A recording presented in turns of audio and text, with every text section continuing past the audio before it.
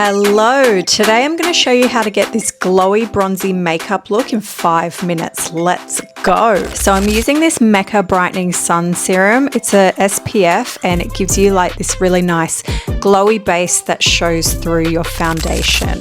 And for my foundation, I'm using the Bare Minerals Matte Skin Tint. So I find the combination of these two gives a really nice, natural, yet still glowy finish. I actually used 2 layers of this to get the coverage I wanted.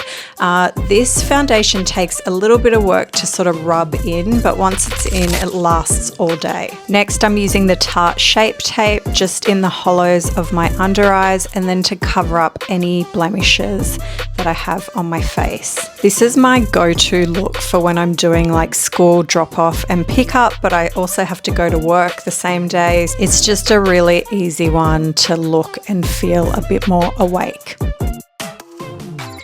I'm just gently tapping this in with my fingers to blend it all out.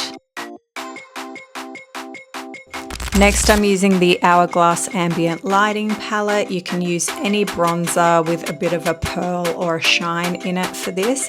With a fluffy brush, I'm patting it off on the back of my hand first so it doesn't go on patchy. So I'm just contouring my forehead here. This is the part of the process that probably takes the longest because you just want to make sure that everything's blended nice and seamlessly. So I'm doing this like C shape around my temple and my cheeks as well. And then I pop it under the nose, contour the sides of my nose a little bit too, and then just work on blending everything in.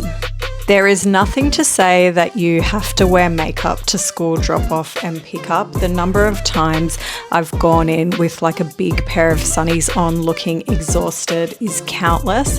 This is just an option if you don't want to do that. Next, I'm taking this Morphe M433. You can use any firm blending brush, and I'm taking the deepest shade of that bronzer and I'm just patting it all over my eyelid. This can be really messy.